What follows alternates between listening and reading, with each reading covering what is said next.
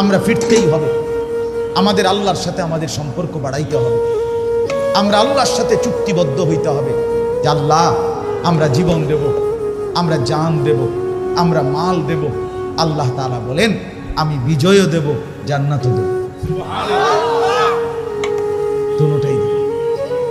এই আয়াত শুনেন কোরআনুল কারীমের মধ্যে 11 নম্বর পারা 9 নম্বর সূরা, সূরা তাওবার 111 নম্বর আয়াত।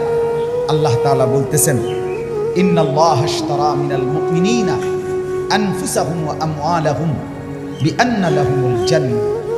আল্লাহ তাআলা বলে নিশ্চয়ই আল্লাহ সমস্ত মুমিনদের থেকে কিনে নিয়েছেন তাদের জান এবং মাল। তাহলে আল্লাহ হলেন ক্রেতা, আমরা ইমানদাররা হলাম বিক্রেতা। আমরা বিক্রি করতে চাই জান